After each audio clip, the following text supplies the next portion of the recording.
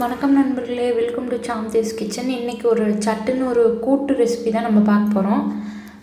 சுரக்காய் கூட்டு. அதுக்கு ஃபஸ்ட் நம்ம கடலைப்பருப்பு ஒரு 2 மணி நேரம் ஊற வச்சுட்டு குக்கரில் எடுத்துக்கிட்டு பூண்டு, தக்காளி 2 தக்காளி சேர்த்துட்டு கொஞ்சமாக எண்ணெய், அதுக்கப்புறம் மஞ்சள் தூள் சேர்த்துக்கலாம். இது எல்லாத்தையும் ஒன்றா போட்டு நம்ம காயையும் குட்டி குட்டியாக சுரக்காயையும் நல்லா குட்டியாக பொடி பண்ணி நம்ம சேர்த்துக்கலாம். ஏன்னா நம்ம கூட்டு தான் செய்ய போகிறோங்கிறனால இது நல்லா கொல கொலன்னு வெந்தால் தான் நல்லாயிருக்கும். இப்போ நம்ம இது எல்லாத்தையும் சேர்த்துட்டு ஒரு 3 விசில் விட்டு எடுத்துட்டோம்னா பருப்பும் நல்லா வெந்துடும், காயும் நல்லா வெந்துடும்.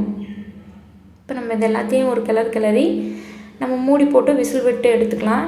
இப்போ கூட்டுக்கு நம்ம அந்த மசாலா அரைக்கிறோம். அதுக்கு மிக்ஸி ஜாரில் ஒரு 3லேருந்து 4 பச்சை மிளகா, கொஞ்சமாக சீரகம், அப்புறம் தேங்காய், இது 3 ஐட்டம் தான். இது 3ஐயும் நல்லா நம்ம நைஸாக அரைச்சி எடுத்துக்கலாம்.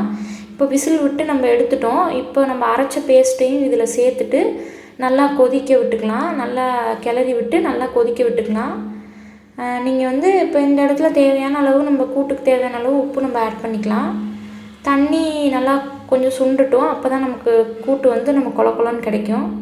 இப்போ நம்ம கூட்டுக்கு தாளிப்பு ரெடி பண்ணிக்கலாம். அதுக்கு கடாயில் எண்ணெய் சேர்த்துட்டு கடுகு, கடலைப்பருப்பு, அது கூடவே கருவேப்பிலை சேர்த்துட்டு நம்ம தாளித்து இதை நம்ம கூட்டில் ஆட் பண்ணிக்க போகிறோம்.